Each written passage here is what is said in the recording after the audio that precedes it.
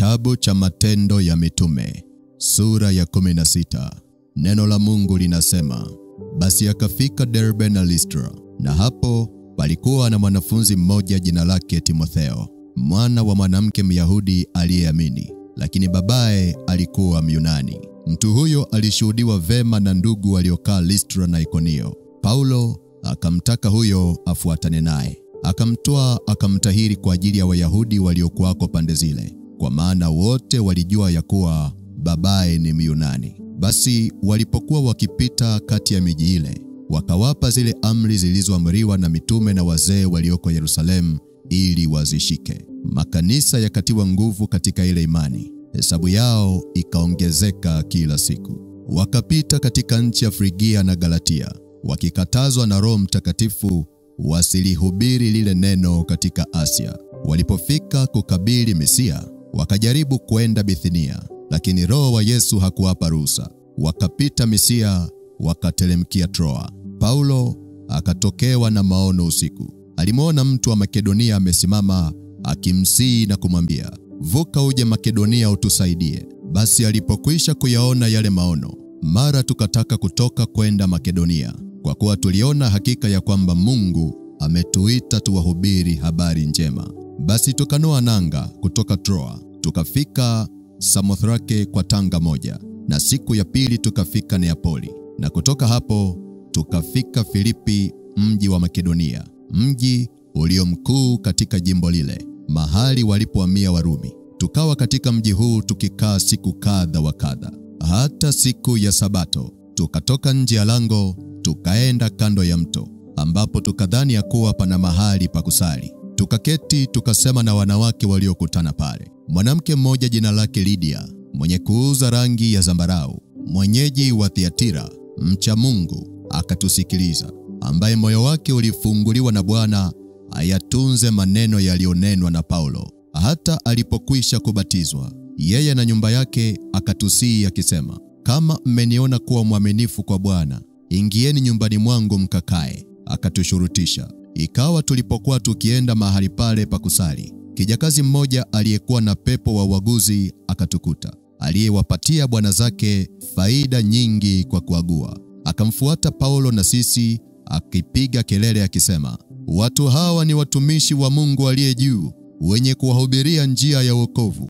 Akafanya hayo siku nyingi. Lakini Paulo akasikitika, akageuka akamwambia yule pepo na kuamuru kwa jina la Yesu Kristo, mtoke huyu. Akamtoka saa ile ile. Basi bwana zake walipoona ya kuwa tumaini la faida yao limewapotea, wakawakamata Paulo na Sila, wakawakokota mpaka sokoni mbele ya wakuu wa mji. Wakawachukua kwa makadhi, wakasema, watu hawa wanachafua sana mji wetu, nao ni Wayahudi, tena wanatangaza habari ya desturi zisizokuwa halali kwetu kuzipokea wala kuzifuata, kwa kuwa sisi tu Warumi. Makutano wote wakaondoka wakawaendea. Makadhi wakawavua nguo zao kwa nguvu, wakatoa amri wapigwe kwa bakora.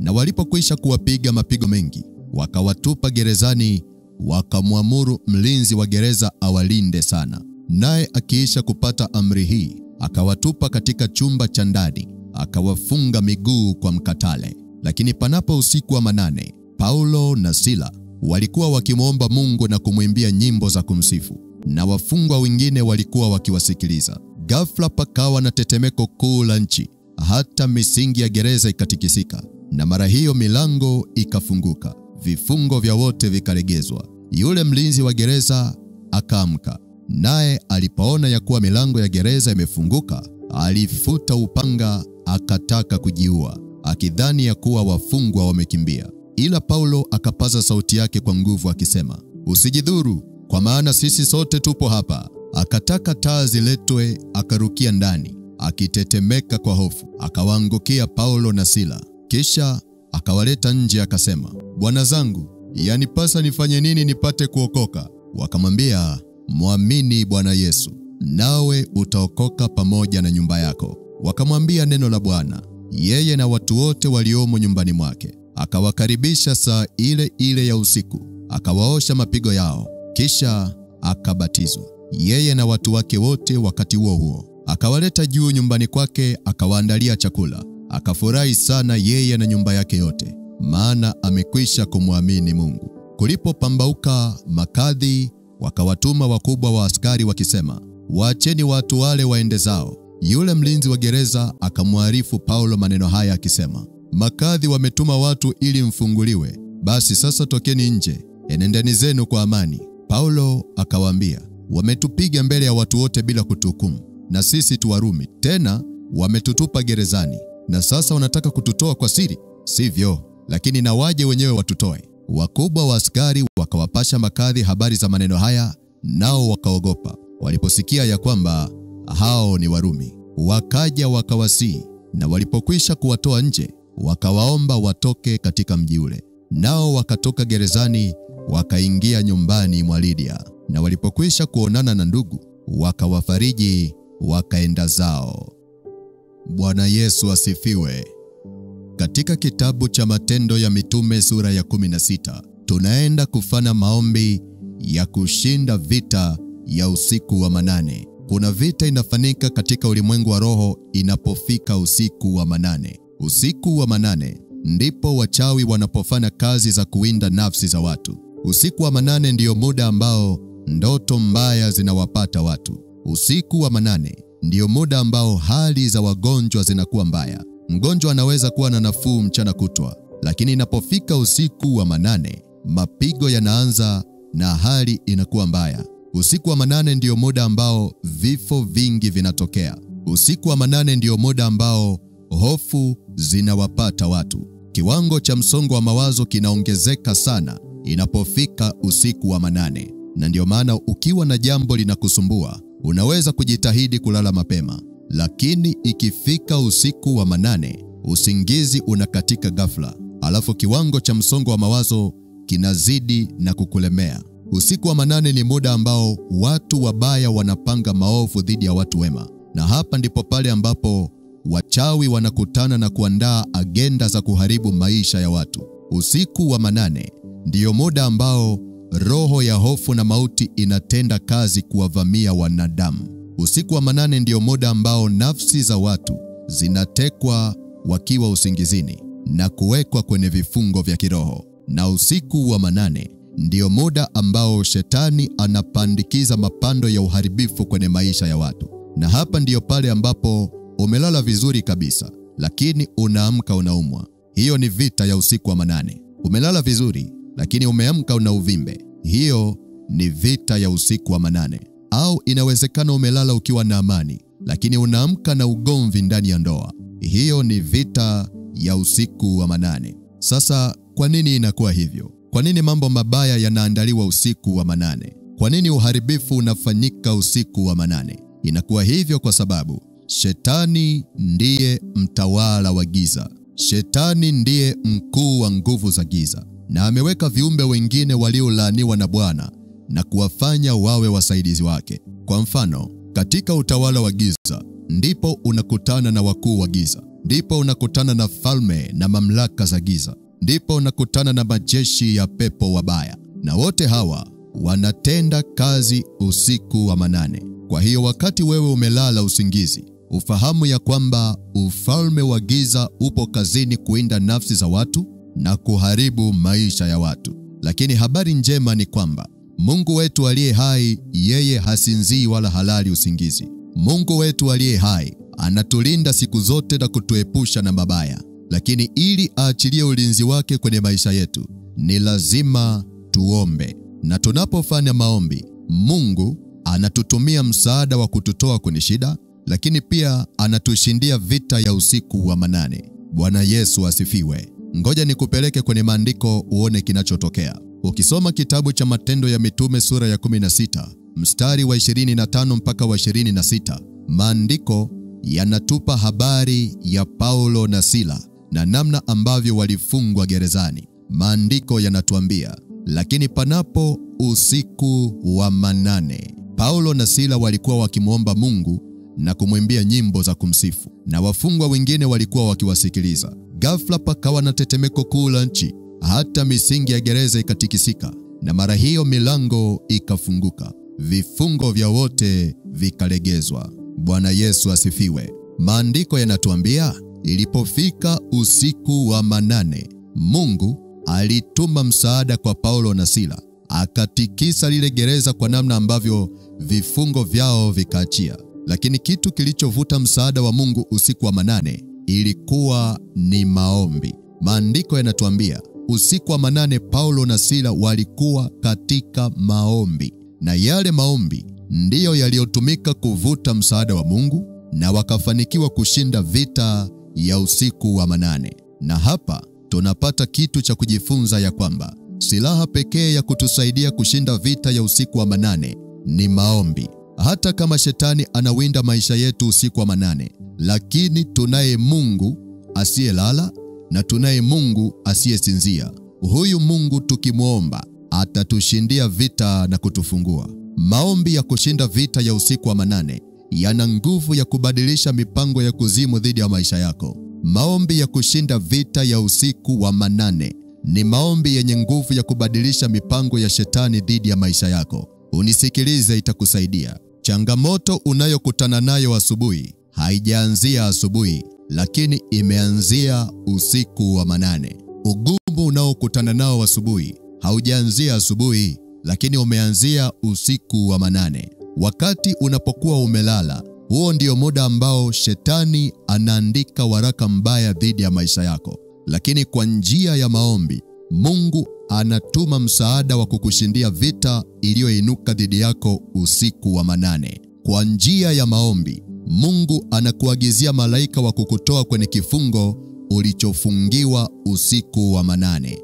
Maombi ndiyo silaha pekee ya kukutoa. Bwana Yesu asifiwe. Ukisoma kwenye maandiko, unamuona Petro akifungwa gerezani, lakini kanisa lilipoomba kwa juhudi kwa ajili yake, Mungu alituma malaika usiku wa manane na akaenda kumfungua Petro. Wana wa Israeli walikaa kwenye utumwa kwa zaidi ya miaka 400, lakini walipomlilia Bwana, alipoyaona machozi yao, akawafungua usiku wa manane na akawatoa kwenye utumwa wao. Bwana Yesu asifiwe. Na siku ya leo, Mungu anaenda kukushindia vita yako ya usiku wa manane. Kama alivyomfungua Petro usiku wa manane, anaenda kukufungua na wewe. Kama alivyowafungua wana wa Israeli usiku wa manane na kuwatoa kwenye utumwa wao, siku ya leo Mungu anaenda kukufungua na wewe pia. Bwana Yesu asifiwe. Bwana Yesu asifiwe. Ninaamini umenielewa. Amen. Sasa kama umenielewa, ninaomba ufunike macho yako, alafu anza kutafakari.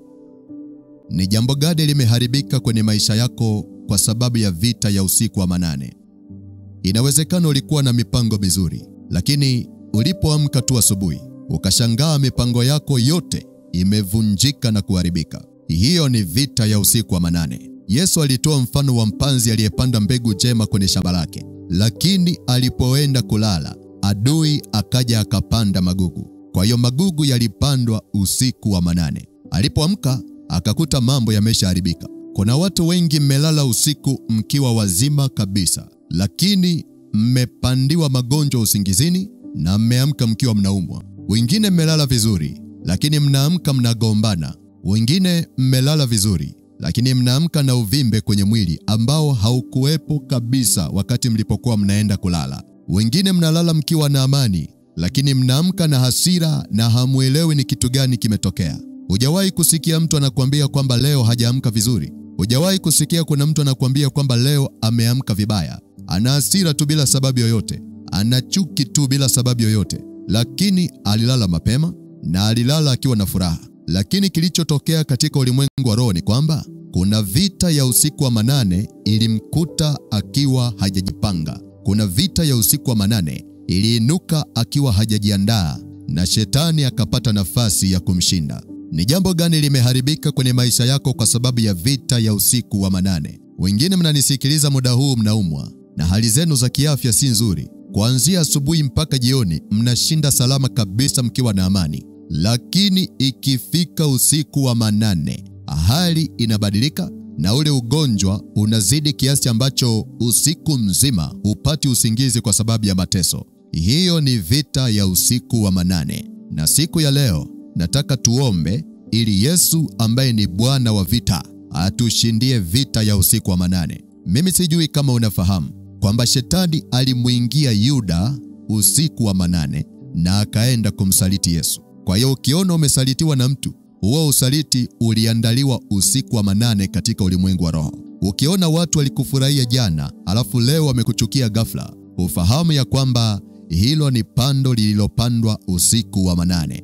Najaribu kukupa mifano mingi ili uweze kuelewa na kupanua maombi yako, kwa sababu kuna siri kubwa sana ya kiroho iliyojificha usiku wa manane. Na siku ya leo, Bwana Yesu anaenda kutushindia na anaenda kutuweka huru. Kwa hiyo kama upo tayari, omba maombi haya pamoja na mimi. Na unapoomba, uombe kwa kumaanisha.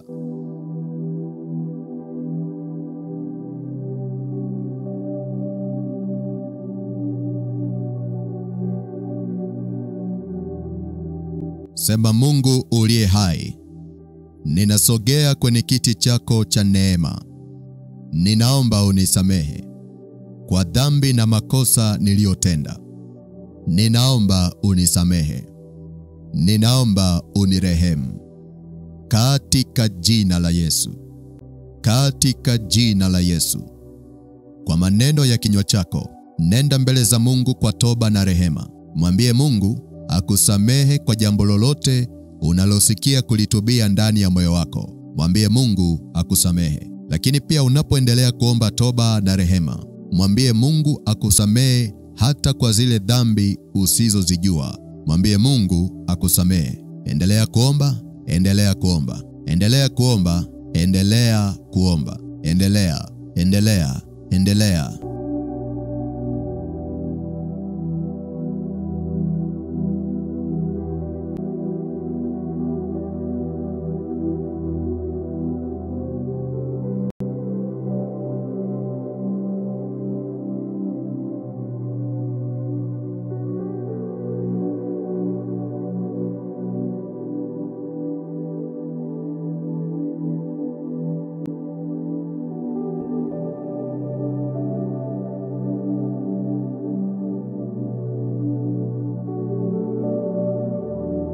Mungu uliye hai, tunakushukuru kwa kuwa wewe si mwepesi wa hasira. Tunakushukuru kwa kuwa wewe ni Mungu uliyejaa rehema. Nasi tunasogea mbele zako kwa damu ya Yesu, tukiomba utusamehe kwa dhambi na makosa tuliyofanya mbele zako. Tunatubu kwa dhambi na maovu tuliyotenda kwa kujua na kwa kutokujua. Mara nyingi tumempa shetani nafasi ya kutawala mawazo yetu. Kuna wakati tumefungua milango ya dhambi kwa maamuzi yetu wenyewe. Kuna wakati tumekaidi maonyo ya Roho wako Mtakatifu na tukafanya dhambi kwa makusudi. Tunaomba utusamehe kwa kuchezea neema yako. Tunaomba utusamehe kwa kumuhuzunisha Roho wako Mtakatifu. Tunaomba utusamehe kwa kuifanya dhambi kuwa kitu cha kufurahisha maishani mwetu. Tunaomba uturehemu Bwana. Tunaomba uturehemu Bwana. Maisha yetu yamelemewa na mizigo ya dhambi zinazotutenganisha na wewe, lakini kiu tulio nayo ni kutengeneza mahusiano yetu na wewe. Tunaomba damu ya Yesu itutakase na kutuondolea uovu wote. Tunaomba damu ya Yesu itutakase na kutuondolea udhalimu wote. Tunaomba damu ya Yesu itutakase na kutupatanisha na wewe. Tunaomba damu ya Yesu itutakase na kutupa nafasi nyingine kwenye uwepo wako. Tunaomba damu ya Yesu itutakase na kutupa kibali cha kusimama kwa ujasiri mbele ya baraza lako. Tunaomba damu ya Yesu itutakase na kutupa kibali cha kujibiwa maombi yetu siku ya leo. Asante Baba wa rehema kwa kutusikia. Asante Baba wa rehema kwa kutusamehe. Asante Baba wa rehema kwa kutupa nafasi nyingine. Nasi tunapokea msamaha wako na rehema zako. Tunapokea nafasi nyingine uliotupa katika ulimwengu wa roho. Mungu uliye hai, tunawasamehe na watu waliotutendea mabaya. Tunawasamehe na watu waliotuumiza kwa maneno yao na matendo yao. Tunawasamehe na kuachilia ndani ya mioyo yetu. Tunawasamehe na kuachilia ndani ya fahamu zetu. Tunaamua kuwafutia makosa yao ndani ya mioyo yetu. Tunawasamehe na kuachilia. Tunawasamehe na kuachilia. Tunawasamehe na kuachilia. Tunawasamehe na kuachilia. Katika jina la Yesu. Katika jina la Yesu. Katika jina la Yesu.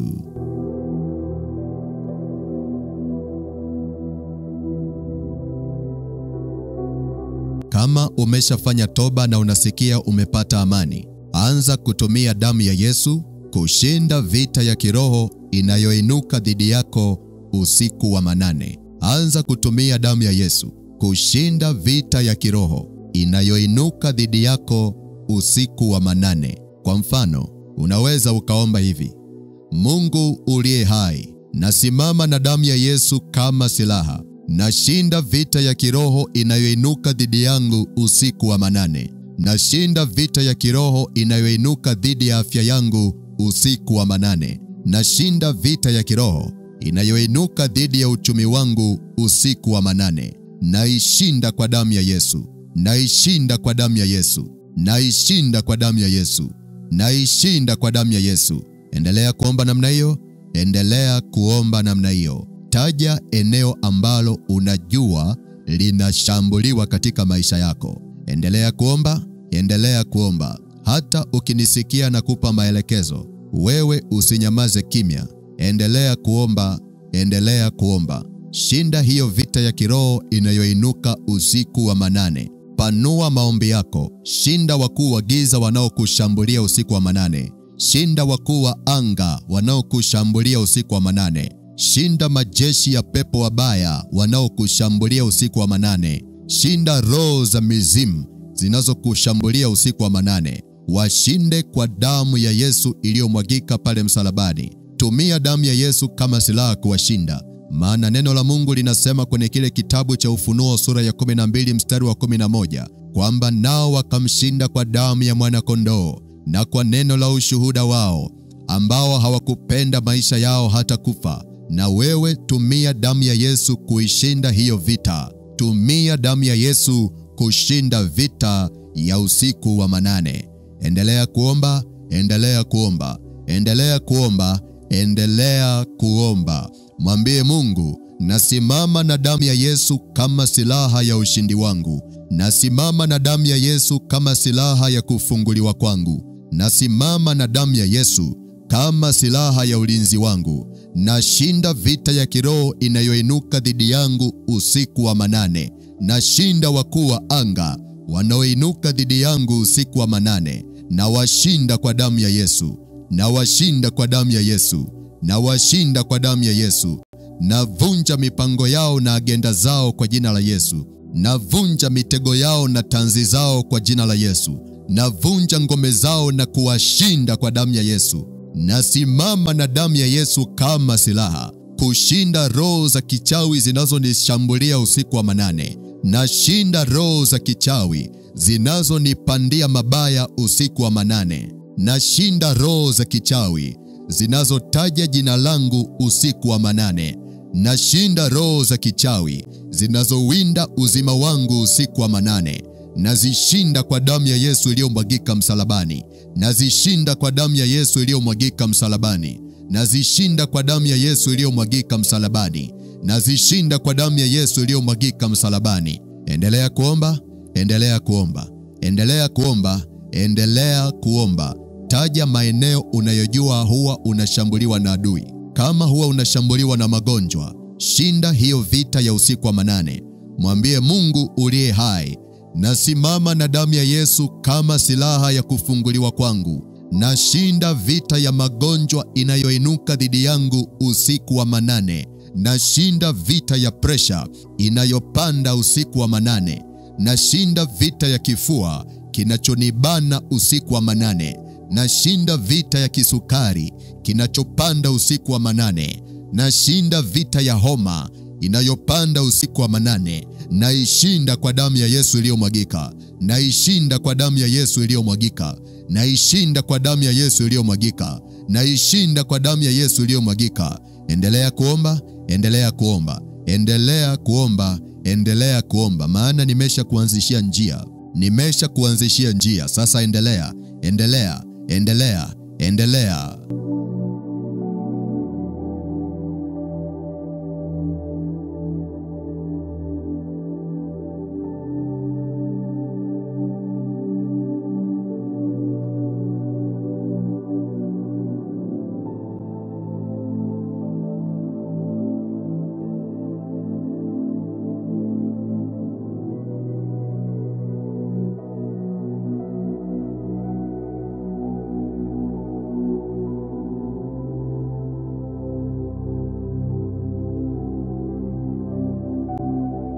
Mungu uliye hai, nasimamia nafasi ya ufalme katika ulimwengu wa roho. Natumia mamlaka ya jina la Yesu lipitalo majina yote. Nashinda vita ya kiroho inayoinuka usiku wa manane kufunga maisha ya huyu mtu anayeomba na mimi maombi haya. Nashinda vita ya usiku wa manane iliyopandikiza magonjwa kwenye maisha yake. Nashinda vita ya usiku wa manane iliyopandikiza umasikini kwenye maisha yake. Naishinda kwa damu ya Yesu iliyomwagika. Naishinda kwa damu ya Yesu iliyomwagika. Naishinda kwa damu ya Yesu iliyomwagika. Naishinda kwa damu ya Yesu iliyomwagika. Nashinda vita ya usiku wa manane iliyopandikiza vifungo vya utumwa kwenye maisha yake. Naishinda kwa damu ya Yesu. Naishinda kwa damu ya Yesu. Naishinda kwa damu ya Yesu. Navunja mamlaka ya giza inayokufuatilia ukiwa umelala. Navunja mamlaka za kichawi zinazokufuatilia ukiwa umelala. Navunja kila uharibifu uliopandikizwa kwenye mwili wako usiku wa manane. Navunja mawakala wa kichawi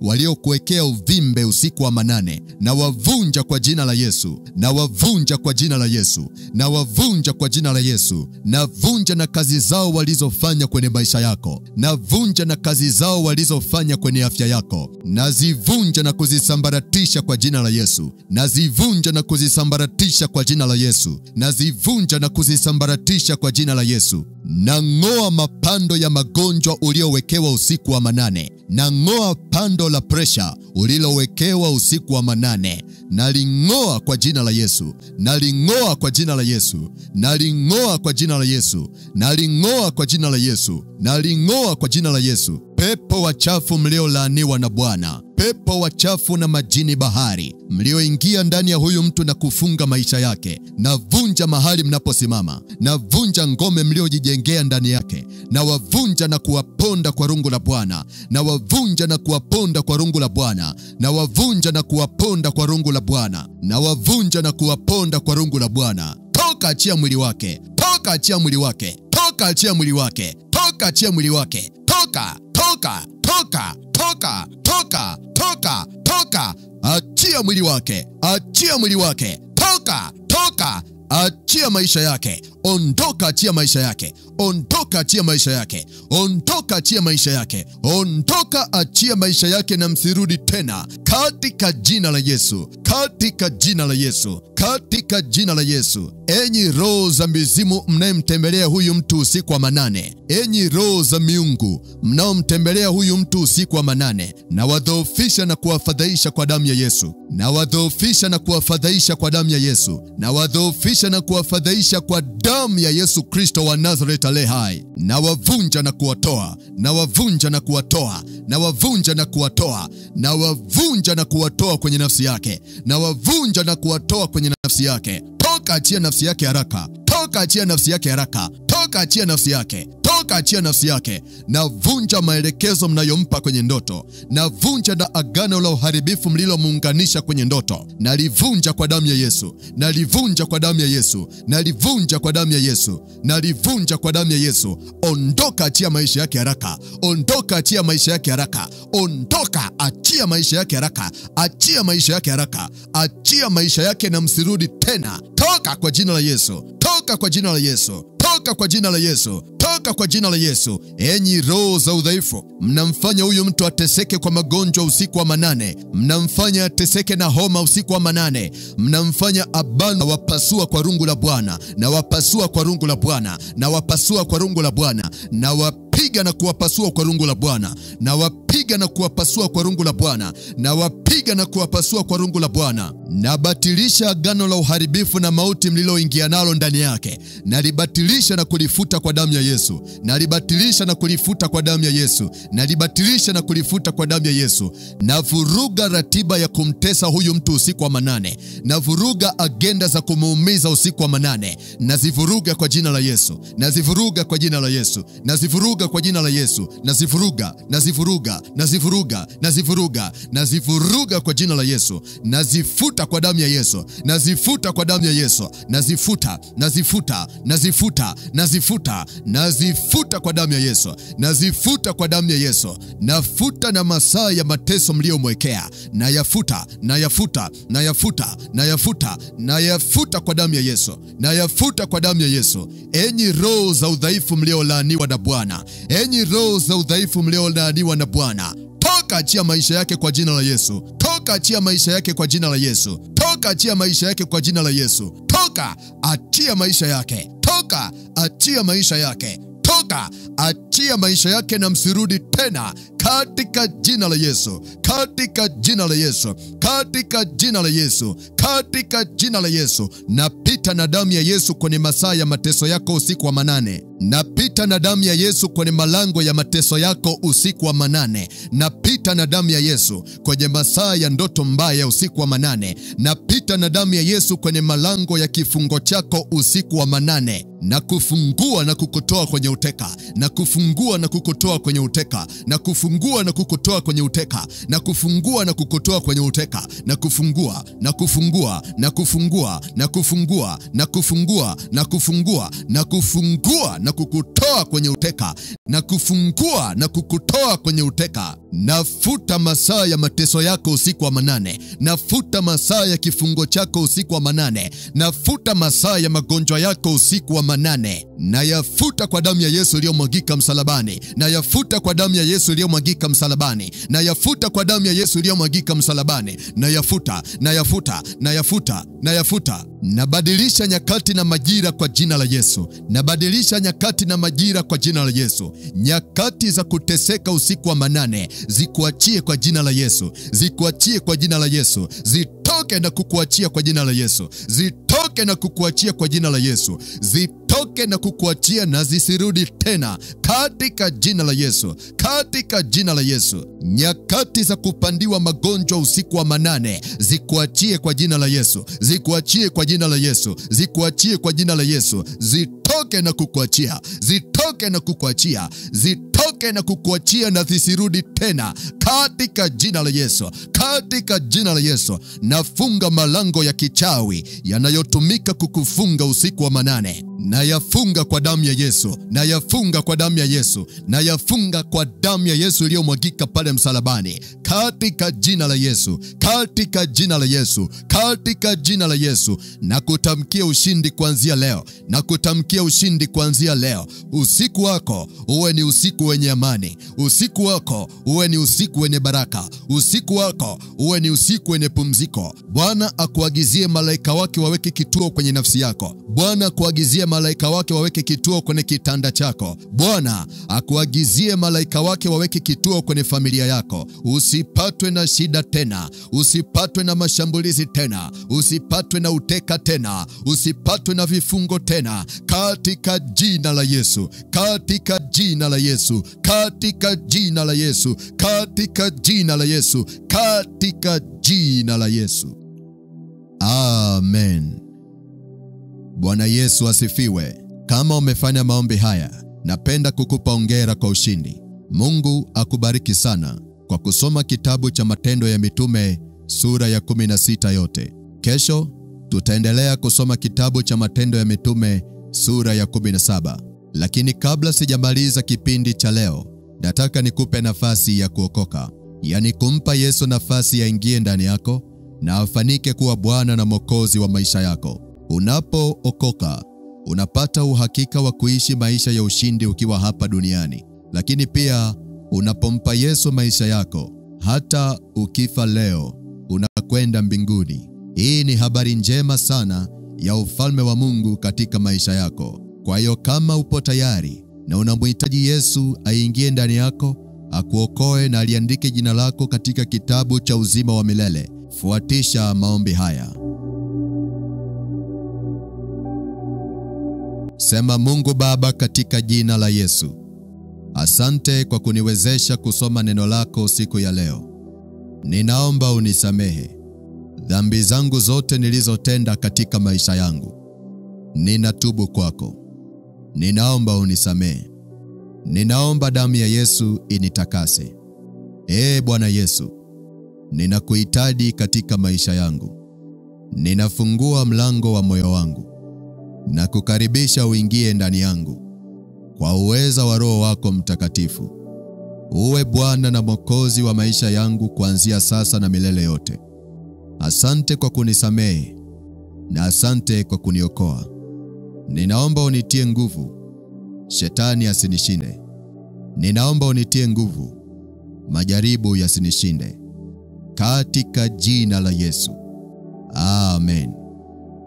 Kama umefanya sala hii, napenda kukupa hongera kwa kuokoka. Mungu akubariki sana. Tuonane tena siku ya kesho. Usisahau kuwashirikisha na watu unaowapenda ili waweze kuungana nasi katika vipindi hivi vya kusoma Biblia pamoja na maombi. Mungu akubariki na kukutunza. Amen.